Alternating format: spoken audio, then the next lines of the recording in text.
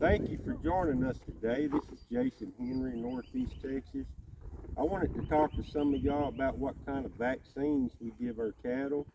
We give our calves and cows the same amount. Some people say, you need to give them half the dosage, but we never have. And I got rancher friends that give all theirs the same amount. But the two most important different vaccines, which it's got a lot of stuff. Let me come up closer where I can show you. But this right here is the 9-way blackleg. It also covers red water, and this is the viral shield. I think on this blackleg we give like 2 cc's, and then on the viral shield we give like 5, or that's what I call it. It'll be the 5 on your syringe, and this will be the 2. But you can check the directions just to make sure. But what we do on these calves, we'll give them a vaccine when we wean them off. These done been vaccinated, and we weaned these off probably 3 months ago. And where we give our vaccines at, I like to give them right here in the neck, kind of by under the skin. Sometimes you can pull up their hide a little bit and give them a shot in there with the vaccine. Same way with the worm medicine. And what we do when we wean them off, we'll vaccinate them and worm them. It don't matter if we've already wormed them and vaccinated them when we was calves. We'll worm them and vaccinate them, and then I'll wait 2 weeks after that. I got some over there. I got to do that next week. 2 weeks after we give them the vaccines, we need to repeat it.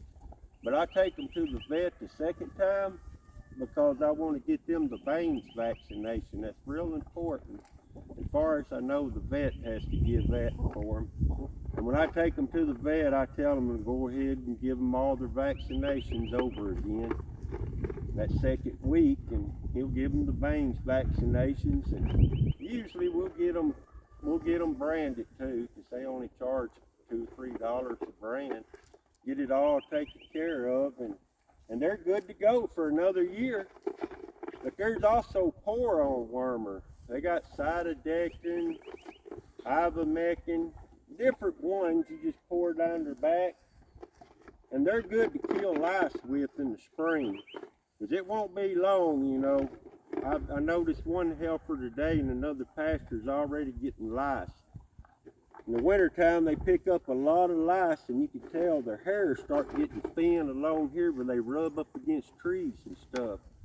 But these vaccines are real important. And this blackleg, always make sure it has the tetanus in it too, because some of our calves, we can't really get them to them when they're real small.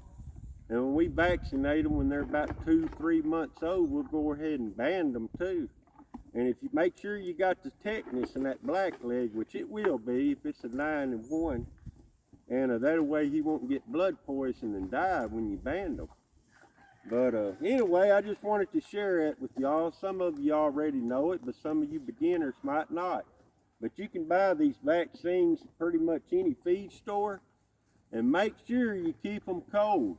Even when you go outside, if you got quite a few that you're going to vaccinate, make sure these stay cool.